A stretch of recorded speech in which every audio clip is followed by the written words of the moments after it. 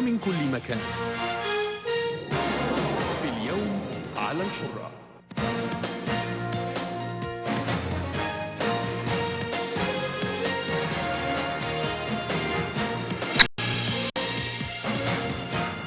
كيف تحارب دول إسلامية الإرهاب والسلفية المتشددة بدعم الصوفية؟ ملامح من احتفال أمريكا برأس السنة الصينية.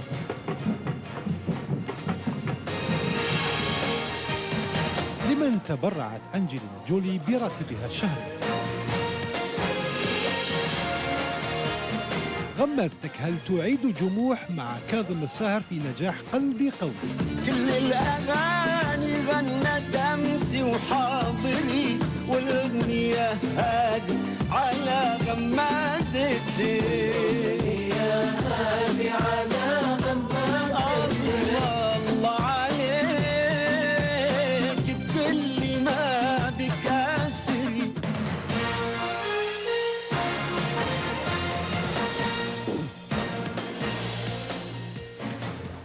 أهلا ومرحبا بكم مشاهدينا الكرام في حلقة بداية الأسبوع من اليوم، وعن زيتونة شرقية عربية عمرها 7000 سنة لنا حكاية مغربية. ومساء الخير. مساء النور يا باسل، أهلا بكم مشاهدينا. وعن عالقين في مطارات في رأس السنة الصينية لنا وقفة، ولكن أولا جولة العواصم.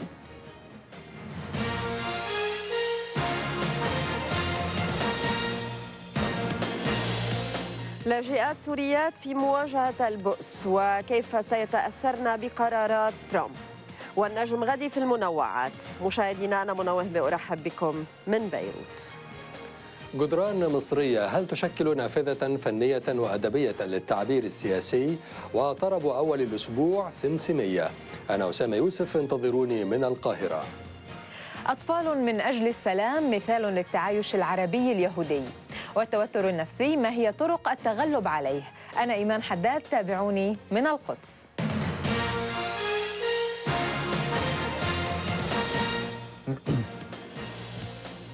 أهلا بكم مشاهدينا من جديد. قرارات الرئيس الأمريكي دونالد ترامب لكبح جماح الهجرة تثير تساؤلات، فهل تكرر حكاية فيكتور نوفسكي بأسماء عربية؟ يا نبيل، يعني قصة فيلم توم هانكس The Terminal تحققت على أرض الواقع، ولكن ليس فقط في مطار نيويورك بل حول العالم.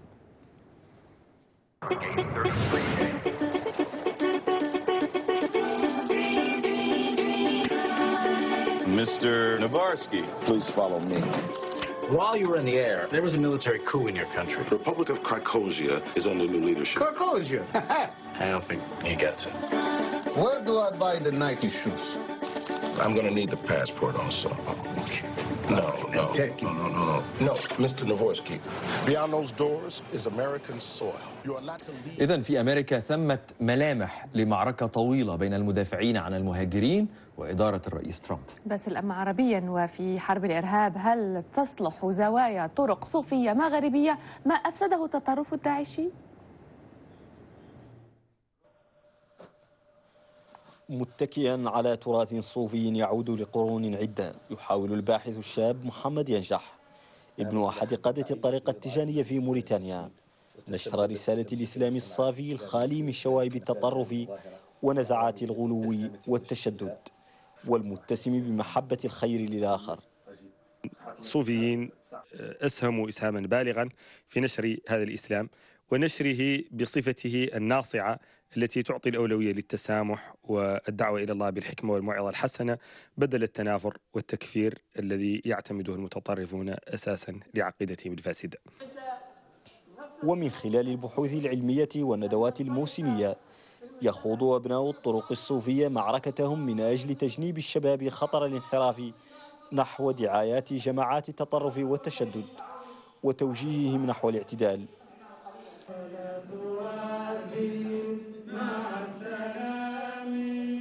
وفي السنوات الأخيرة باتت مؤتمرات مختلف الزوايا والطرق الصوفية في موريتانيا منابر لمناهضة دعوات العنف باسم الدين، وبرز قادة التيار الصوفي في البلد في صدارة مشهد تفكيك هذا الخطاب والرد على شبهات القائمين عليه.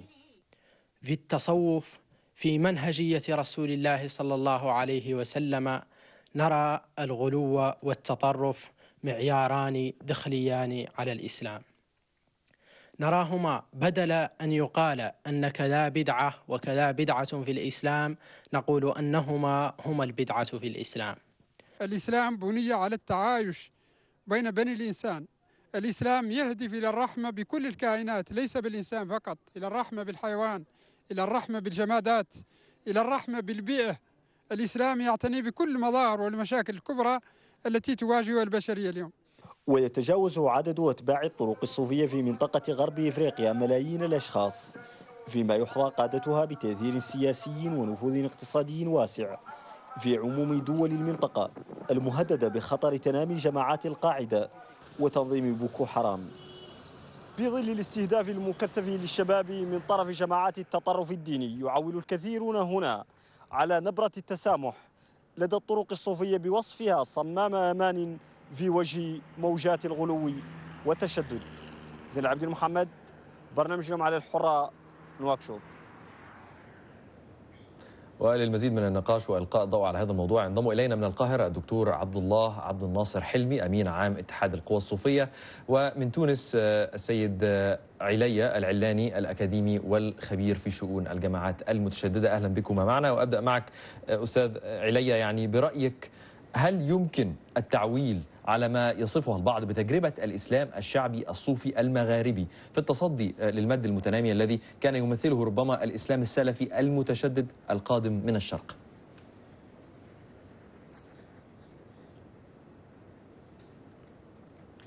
هو يمكن القول أن الفكر الصوفي يقوم على فكرة مركزية، وهي نصيحة السلطان وترك السلطة، وهي مستوحاة من كتاب الإمام أبو حامد الغزالي، وهذا الكتاب التبرك المسبوك في نصيحة الملوك. وأهم فكرة في هذا الكتاب هو أن الغزالي يقول كلما زادت نسبة تدين السلطان كلما كثر عدله بين الناس، أي أن التيار الصوفي في مجمله لا يهدف إلى أخذ السلطة، وإنما إلى نصيحة القائمين على السلطة، ومن هذا الجانب فهو لا يشكل خطرا على السلطة.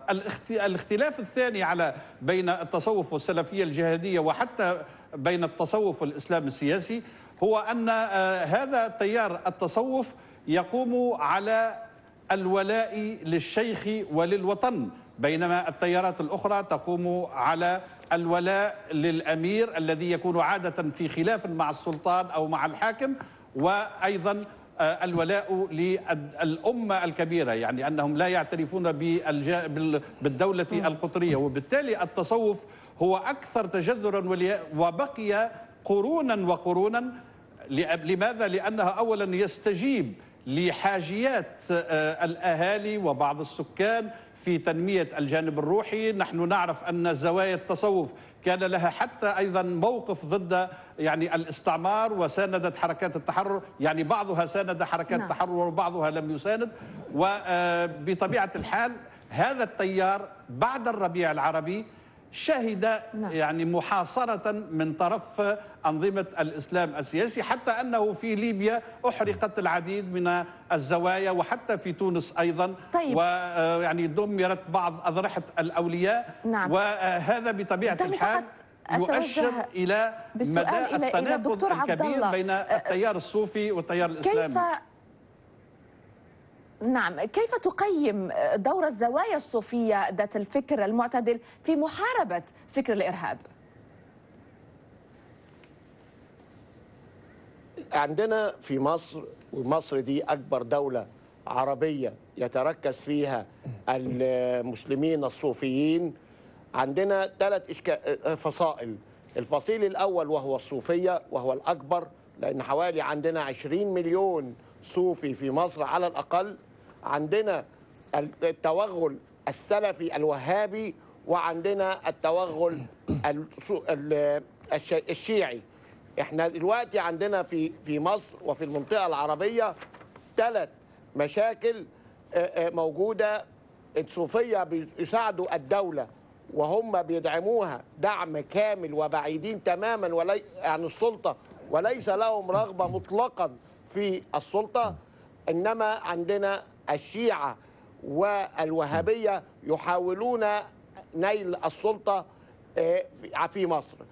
الآن احنا عندنا الموالد، والموالد دي بيتجمع فيها أرقام كبيرة جدا من المريدين الصوفيين. من خلال هذه الموالد بنقدم وجبة دسمة من العلوم الشرعية والعلوم الصوفية لتأصيل العلاقة ما بين الإنسان وربه، ثم العلاقة ما بين الإنسان الصوفي وولاءه لوطنه. إذا طيب يعني دكتور عبد الله، في الأسبوع الماضي هل نجحت الدولة في إعادة الاعتبار إلى التصوف كملاذ وحصن من نزاعات التطرف الدينية في رأيك؟ بالتأكيد عندنا في مصر لم يحصل الصوفية على حقهم كاملا. الدليل على ذلك أن كبار قيادات الدولة لم تشارك مطلقا في الاحتفالات الصوفية، وعلى رأسها مولد سيدنا الإمام الحسين، في حين أنهم كانوا بيشاركوا وبقوة شديدة جدا في أعياد الميلاد المجيد بالكنيسة المصرية. ده بيؤدي إلى أن الصوفي بيفقد انتمائه الكبير. إذا احنا بنطالب أن السيد رئيس الجمهورية ورئيس الوزراء وكبار قيادات الدولة أنهم يظهروا ولائهم للصوفية اللي بتدعمهم دعم شديد جدا بشكل كامل في الموالد القادمة، وأبرزها مولد ستنا السيدة زينب. فبالتالي احنا بندعم الدولة وبنقدم وجبة قوية جدا الشباب المصري، لأن احنا عندنا في فئة من الشباب المصري يجهل الأصول الدينية والشرعية بشكل كبير جدا، لدرجة ان في برامج تلفزيونية أصبحت بتسخر من جهل المصريين العاديين، طبعا مش الصوفيين، من قواعد الدين الأساسية. طيب. يعني لما يطلع برنامج تلفزيوني، دكتور عبد الله، اديني لحظة، لو في شباب ما يعرفوش عدد ركعات صلاة العيد على سبيل المثال أو أشياء أساسية من الشريعة، إذا دول خارجين عن الإسلام. عايزين نعيد هؤلاء من خلال دعم الدولة لينا إلى بوتقة الإسلام السمح، نعم، الوسطي على سنة سيدي رسول الله صلى الله عليه وآله وسلم. برأيك ما هي تأثيرات هذه التوترات المتزايدة أستاذ علي بين التدين التقليدي الصوفي وتمدد السلفية في توحد هذه التيارات ضد التطرف؟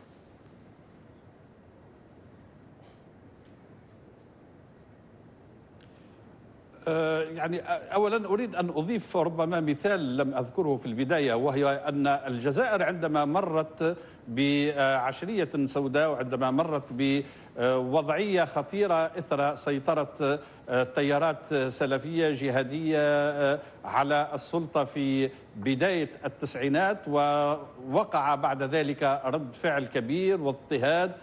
إذا الدولة الجزائرية آنذاك التجأت إلى الزوايا الصوفية لاحتضان ذلك الشباب الذي فر إلى التيارات المتشددة. فأعتقد أن الدرس الكبير الذي يجب أن نأخذه ليس الدعم المطلق للتيارات الصوفية، هذا دعم موجود، ولكن يجب على التيارات الصوفية أن تعيش عصرها. الصوفية في القرن 12 أو 11 عندما نحن نشكركم جزيل الشكر، عذرا على المقاطعة لضيق الوقت، فقد كنتما معنا من القاهرة الدكتور عبد الله ناصر حلمي أمين عام اتحاد القوى الصوفية، ومن تونس الأستاذ علي العلاني الأكاديمي والخبير في شؤون الجماعات المتشددة. شكرا جزيلا لكما. مشاهدينا الكرام، القدس ساحة ملتهبة للصراع السياسي والميداني، فهل يحقق أطفال السلام ما أخفق في بلوغه الكبار يا إيمان؟ أهلا يا باسل. هم صغار عربا ويهود، ما زال لديهم أمل للوصول إلى حل دائم وإيجابي للنزاع الأقدم في الشرق الأوسط جمعتهم الوكالة الأمريكية للتنمية USAID. نتابع رصد